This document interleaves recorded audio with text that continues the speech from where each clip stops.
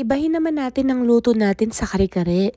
Try naman natin na walang meat, pero masarap pa rin. Iwas karne muna, kaya tofu yung nilagay ko. Mabubusog ka na, makakatipid ka pa. Anyway, binalatan ko lang pala itong onion. At ini-slice ko lang. 1/4 lang ang gagamitin ko dito.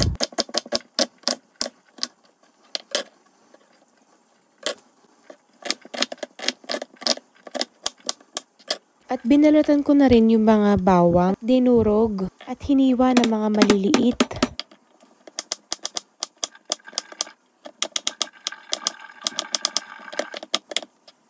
At syempre, hindi mawawala yung talong sa ating kare-kare. Kaya hinati ko lang sila ng ganito. Present din itong mga bok choy, kaya binabad ko muna sila sa tubig para malinis sila.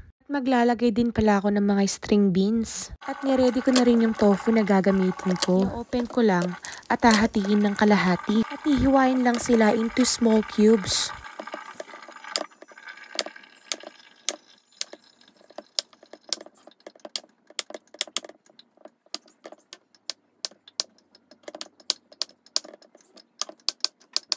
Ngayon naman, kumuha lang ako ng kaldero at nilagyan ng oil.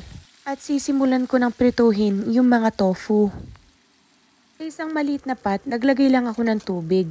At sisimulan ko na silang i-blanch yung mga gulay na niready ko kanina. Naprito na pala yung mga tofu at inalis ko na sila. Magsisimula naman akong gumawa ng kare-kare sauce ngayon. Una, nagsatay lang ako ng bawang at sibuyas. Kapag okay na sila, ilalagay ko lang yung annatto powder o yung tinatawag nilang atsuete. At lalagyan ko lang ito ng tubig. Tapos halu-haluin lang.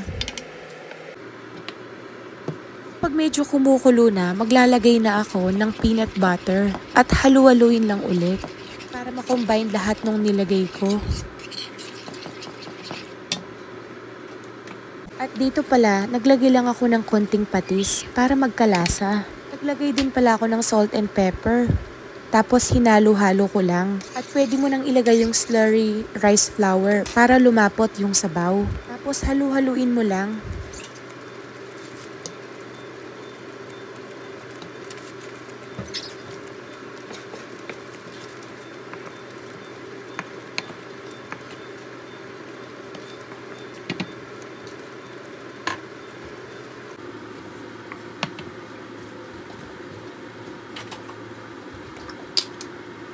At inilagay ko na pala yung bagoong dito sa sauce.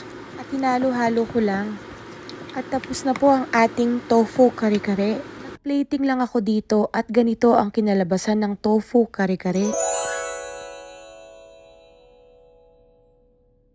Sana meron po kayong natutunan dito sa video na ito. I-follow na lang po kung gusto nyong ma-update sa mga susunod ko pang mga videos. Thank you so much guys. Please like and share. See you next time.